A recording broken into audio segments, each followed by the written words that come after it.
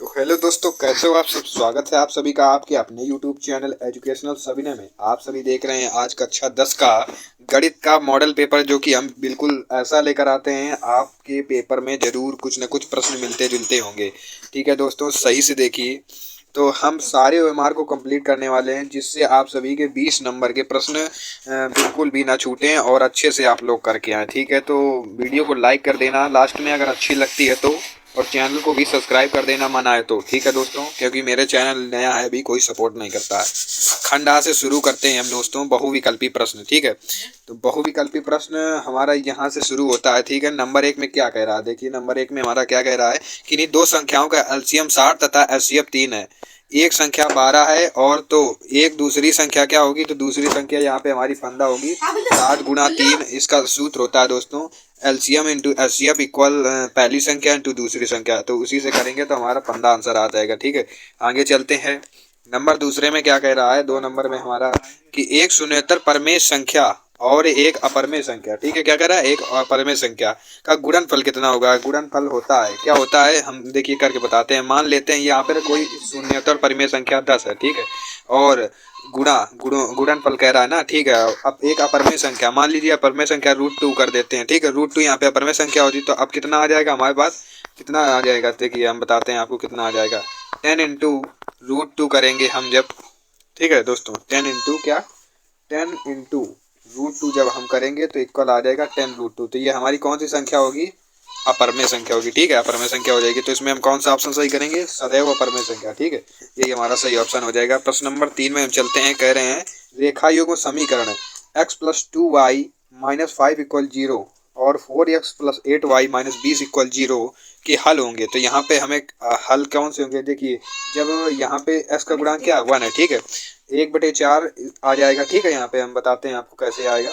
इसको पहले लिखिए कॉपी में, फिर उसके नीचे इसको लिखिए। तो जब इसको काटेंगे तो 1/4 बराबर 1/4 बराबर 1/4 आ जाएगा। तो ये हमारा अनेक हल वाला हो जाएगा। तो क्या अपरिमित रूप से अनेक हल, ये हमारा ऑप्शन दिख रहा है, यही सही हो जाएगा। ठीक है, प्रश्न नंबर 4 में हम आते हैं कि वह सबसे बड़ी संख्या, दोस्तों क्या कह रहा है, जिससे 70 और 125 को विभाजित करने पर, ठीक है, क्या आ जाए, क्रमशः शेषफल 5 और 8 प्राप्त होता है। तो ऐसी कौन सी संख्या, 13 का भाग देके देख लीजिए। 70 में देंगे तो 5 आ जाएगा, 125 में देंगे तो 8 शेषफल आ जाएगा। ठीक है, चलते हैं आगे प्रश्न नंबर 5 में। ठीक है, प्रश्नोत्तर संख्या 5 में हम आ गए हैं।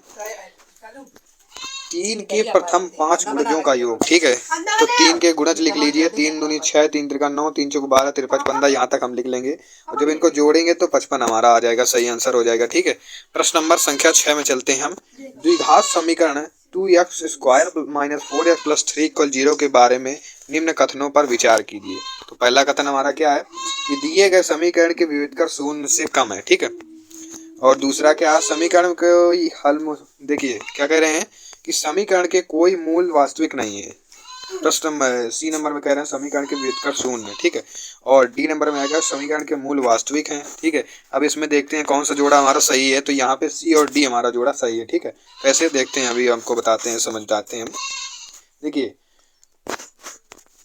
यहाँ पे हम आपको दिखाते हैं। प्रश्न नंबर 2x² - 4x + 3 = 0 है। ठीक है, तो यहाँ पे इक्वल जब 0 होता है तो विविधकर शून्य होता है तथा मूल वास्तविक होते हैं। ठीक है, तो ये दोनों हमारे सही ऑप्शन हो जाएगा। अर्थात कौन सा जोड़ा सही हो जाएगा, हमारा तीसरा जोड़ा सही हो जाएगा, सी और डी। ठीक है, प्रश्न नंबर 7 में चलते हैं हम। क्या कह रहा है प्रश्न नंबर 7, प्रश्न संख्या 7 को देखते हैं। ठीक है, प्रश्न संख्या 7 में हमारा क्या कह रहा है कि AOBC एक आयत है। ठीक, एक OABC आयत है जिसके 3 शीर्ष, पहला शीर्ष कौन सा है, A 0,3, O शीर्ष दूसरा जो है 0,0 और B शीर्ष हमारा 5,0। ठीक है, इसे हम क्या करेंगे, इसका विकर्ण ज्ञात करना है। ठीक है, पहले समकोण त्रिभुज बनाएंगे, उसमें इनको सेट कर देंगे तो हमारा विकर्ण आ जाएगा √34। ठीक है, √34 आ गया। आप लोग कमेंट करेंगे तो हम पूरा पेपर हल करेंगे, आंसर सहित आपको बताएंगे। ठीक है, कमेंट करिए जरूर, अन्यथा हम नहीं बता सकेंगे। 8 नंबर क्या है, 8 नंबर कहते हैं यदि समीकरण x² + kx - 5/4 = 0 एक मूल 1/2 है। ठीक है, इसका एक मूल है 1/2, तो k का मान बताइए। तो 1/2 को x के स्थान पर रखेंगे तो x इक्वल आ जाएगा 2, एक k इक्वल आ जाएगा 2, k का मान आ जाएगा 2। ठीक है, तो मूल यानी x का मान होता है, तो इसे x के स्थान पर रखेंगे तो हमारा ये ऑप्शन सही हो जाएगा। ठीक है, आगे चलते हैं। ठीक है, प्रश्न संख्या 9 में हम आते हैं। ठीक है, प्रश्न संख्या हमारा 9 क्या कह रहा है? कह रहा है कि दो समरूप त्रिभुज होते कब हैं? जब दो त्रिभुज समरूप कब होते हैं, ये कह रहा है हमारा प्रश्न। तो ये सभी को मालूम कि इनकी संगत भुजाएं एक ही अनुपात में अर्थात समानुपाती जब होती हैं तो दो त्रिभुज समरूप त्रिभुज होते हैं। ठीक है, कैसे होते हैं? समरूप त्रिभुज होते हैं। चलिए आगे करते हैं। प्रश्न नंबर 10 में आते हैं हम। कह रहा है यदि एक समकोण त्रिभुज ABC में कोण C समकोण है, इस तरह का त्रिभुज होगा। तो माध्यिका ज्ञात करने को कह रहा है। तो यहाँ पे हमारी माध्यिका सही ऑप्शन है 2.5 सेंटीमीटर हो जाएगा। ठीक है, आगे चलते हैं। प्रश्न संख्या 11 में हम चलते हैं। ठीक है, प्रश्न संख्या हमारा 11 का यदि sine theta minus cos theta equal 1 तो साइन के पावर 4 थीटा प्लस कॉस के पावर 4 थीटा का मान बताइए। क्या कह रहा है? मान बताइए। यहाँ पे हमारा सही ऑप्शन जो हो जाएगा 1/2। ठीक है, इसका 1/2 हमारा सही आंसर हो जाएगा। प्रश्न नंबर 12 में हमारा प्रश्न number 12 sine 2a equal to sine a तब सत्य होता है जब ए बराबर हमारा यहाँ पे सही ऑप्शन क्या हो जाएगा? 45 अंश। ठीक है, इसे सॉल्व करेंगे तो 45 अंश आएगा। यदि आप लोग कमेंट करते हैं तो हम पूरा सॉल्व सहित वीडियो डालेंगे। जब तक कमेंट नहीं आएगा तब तक हम कुछ भी नहीं करेंगे। 4 tan a थीटा इक्वल 3 तो 4 sine theta minus cos theta upon 4 sine theta plus cos theta बराबर होता है। तो इसमें हमारा सही ऑप्शन हो जाएगा 1/2। ठीक है, आगे चलते हैं। देखिए यहाँ पे कह रहे हैं सेक ए प्लस tan ए 1 माइनस साइन ए का मान क्या होगा? ठीक है, यहाँ पे मान पूछ रहे हैं तो यहाँ पे साइन ए हो जाएगा। ठीक है, साइन ए आपका सही ऑप्शन है। प्रश्न नंबर 15 में हम कह रहे हैं कि यदि त्रिभुज R सेंटीमीटर वाले एक वृत्त के त्रिज्य खंड का कोण थीटा है तो त्रिज्य खंड का क्षेत्रफल वही सूत्र जो हमारा होता है theta pi r square upon theta 360। यहाँ पे हमारा कौन सा सही ऑप्शन हो जाएगा? एक बार हम पुनः से बताते हैं। यहाँ पे पाई r स्क्वायर थीटा बटे 360 पहला नंबर हमारा सही हो जाएगा। ठीक है, प्रश्न नंबर 16 में हमारा क्या कह रहे हैं? प्रश्न नंबर 16 हमारे कह रहे हैं कि एक सुराही निम्नलिखित का संयोजन है, मतलब संयोजन में किस चीज़ों से बनी है? तो एक गोला और एक बेलन के योग से हमारी एक सुराही तैयार होती है। ठीक है, आगे चलते हैं। प्रश्न नंबर 17 1 से 10 तक की धनात्मक विषम संख्याओं का माध्य होगा।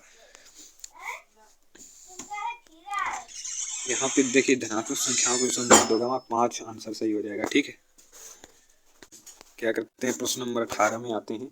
आंकड़े रूप में जब माध्यिका दिए थे उसका सूत्र क्या होता है? यदि पद सम है 1 2 3 4 5 6 तो n/2 में और प्लस n/2 में प्लस 1वें पद का मान गिनते हैं। यहाँ पे 33/2 3 नंबर सही हो जाएगा। ठीक है, और यहाँ पे बहुलक बराबर सूत्र लगाया गया। कौन सा सूत्र? 19 नंबर प्रश्न में हम आते हैं।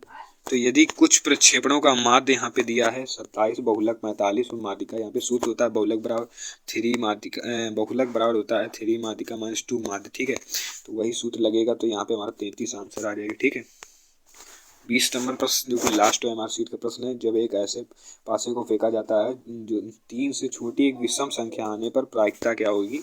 प्रायिकता है। ठीक है, प्रायिकता। तो यहाँ पे देखिए प्रायिकता का सूत्र क्या होता है? अनुकूल घटना बटे कुल घटना। 3 से छोटी ऐसी कौन सी विषम संख्या? 1 होती है। तो अनुकूल घटना कितनी हुई? 1 हुई। और कुल परिणाम कितने हुए? 6। भाई पासों को फेंकोगे तो 6 परिणाम होंगे। तो यहाँ पे हमारा सही आंसर हो जाएगा अनुकूल घटना बटे कुल घटना, तो 1/6 हो जाएगी। कुल परिणाम 6, अनुकूल घटना 1 हमारा 3 से छोटी एक विषम संख्या। ठीक है, तो चैनल को सब्सक्राइब कर देना, वीडियो को लाइक कर देना और कमेंट करना, तो अगली वीडियो तभी आएगी। ठीक है।